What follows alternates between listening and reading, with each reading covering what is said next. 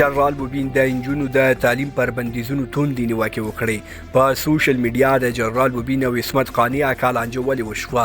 حمزه صاحبزاده جنرال موبین ته څه وویل دا ټول په دې ویډیو کې وګورئ او انعکاس میډیا چینل سبسکرایب کړئ. په افغانستان کې د طالبانو یو مبلغ جنرال موبین د انجونو پر وړاندې د تعلیم او تحصیل د دروازو پر بندولو سخت نیوکې کړې دي.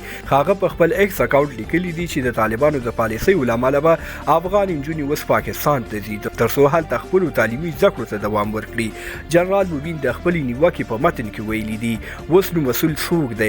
د سرزورۍ نتیجه دا شوه چې خپل ناموس په لوی لاس بل ته حواله کوو. امریکا او اروپایي اتحاد پاکستان ته کلنۍ 500 میلیونه ډالره بودیجه منظوره کړې ده ترڅو افغان انجونې جذب کړي او هغوی ته د تعلیم ترڅنګ هنري زده کړې هم ورکړي. د پاکستان د چارواکو په وینا دوی د افغان زده کوونکو لپاره 4500 تحصیلي بورسونه اعلان کړي چې تر اوسه پورې 10806 افغان زده کوونکو ورته نوملیکنه کړې ده. له دې جملې 15015 نجونې دي او بریالۍ شوې نجونې به د طب، انجینرۍ، کمپیوټر ساینس او مدیریت په برخو کې خپلې زده کړې ترسره کړي.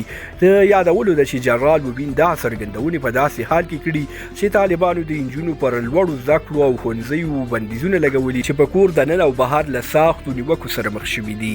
پښتون او فعال حمزه صاحبزاده د جنرال موبین د نننۍ څرګندونو په تړاو په خپل ویډیوي پیغام کې ویلي دي چې که دښمن سبا هم وپېژنده ور وړاندې ضرور ودرېږئ.